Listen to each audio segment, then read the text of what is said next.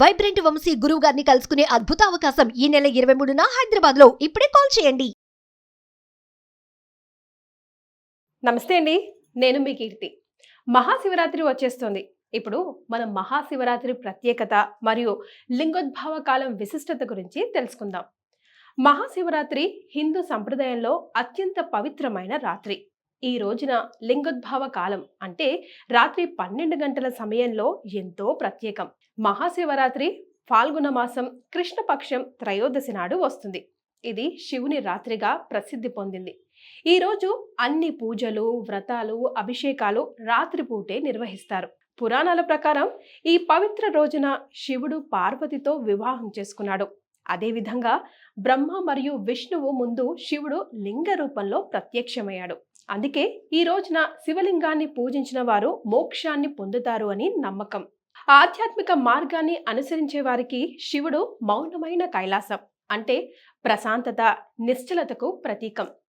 యోగ సాధువులకు శివుడు ఆదియోగి లేదా ఆదిగురు అంటే యోగ శాస్త్రం ప్రారంభించిన గురువుగా భావిస్తారు. ఎన్నో ఏళ్ళు తపస్సు తర్వాత ఆయన పూర్తిగా నిశ్చలంగా మారాడు. అందుకే ఆధ్యాత్మిక వ్యక్తులు మహాశివరాత్రిని స్టిల్నెస్ నైట్గా భావిస్తారు.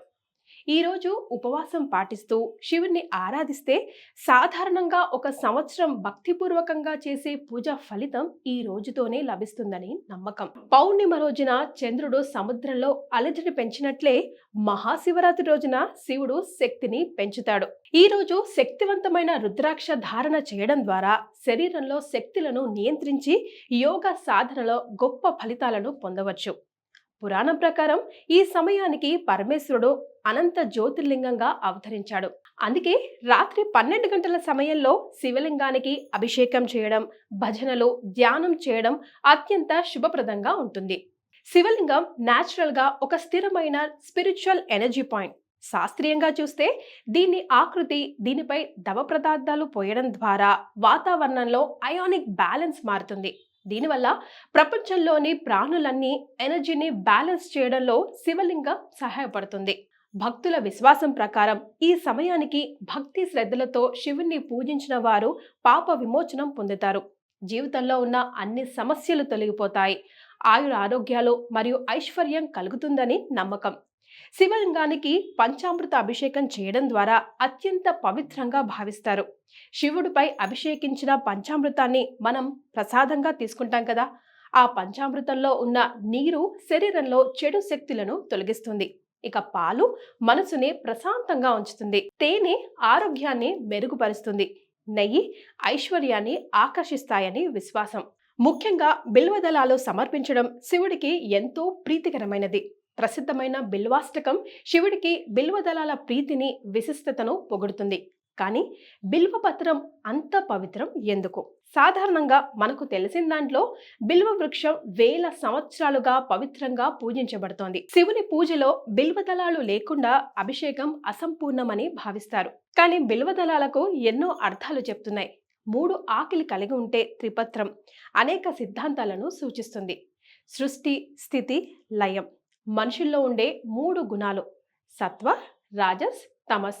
ఓం అనే పవిత్ర మంత్రంలోని 3 అక్షరాలు ఆ, ఓ, ఉం.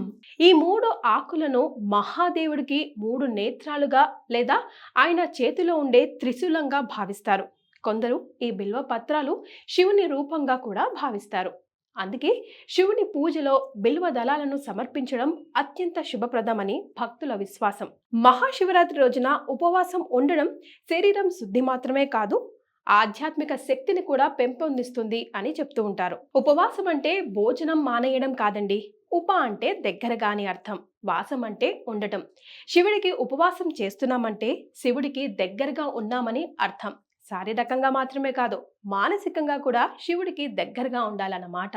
రాత్రంతా శివ ధ్యానం, శివనామస్మరణ చేస్తూ శివుని అనుగ్రహం పొందడం గొప్ప ఫలితం అందిస్తుంది అని నమ్మకం. సైంటిఫిక్ గా చూసినట్లయితే శివలింగం ఒక శక్తి కేంద్రంగా పనిచేస్తుంది. ఆలయాల్లో ఉండే లింగాలు ప్రత్యేకమైన శిలలతో తయారు చేస్తారు. ఎనర్జీని అబ్జర్వ్ చేయడానికి, స్ప్రెడ్ చేయడానికి వీలుగా ఉంటాయి. నీరు, పాలు, తేనె, పంచామృతం వంటి ద్రవ్యాలతో అభిషేకం చేయడం వల్ల శివలింగం ఎనర్జీని స్ప్రెడ్ చేస్తుంది మరియు పూజా ప్రదేశం పాజిటివ్ ఎనర్జీతో నిండిపోతుందని అంటారు. అందుకే చాలా శైవ క్షేత్రాల్లో శివలింగంపై నిరంతరం నీరు పోస్తూ ఉంటారు. మహాశివరాత్రి రోజు రాత్రి భూమిపై ఆధ్యాత్మిక శక్తి అంటే స్పిరిచువల్ ఎనర్జీ అనుకోండి, లేదా సైంటిఫిక్గా కాస్మిక్ ఎనర్జీ అనుకోండి. శివరాత్రి రోజు రాత్రి అత్యధికంగా ఉంటుంది.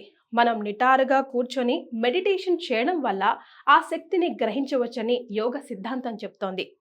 ఈ పవిత్రమైన మహాశివరాత్రిని భక్తి శ్రద్ధలతో ఎలా పూజ చేసుకోవాలి అంటే, తెల్లవారగానే స్నానం చేసి శివుడికి అభిషేకం చేయాలి.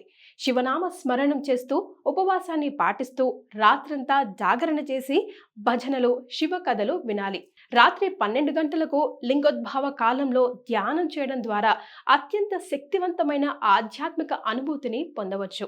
ఈ పవిత్రమైన శివరాత్రి రోజున ఆ శివుని అనుగ్రహం మనందరిపై ఉండాలని, మనమంతా ఆరోగ్య ఐశ్వర్యాలతో సుఖ సంతోషంగా ఉండాలని మనస్ఫూర్తిగా కోరుకుంటుంది మీ కీర్తి.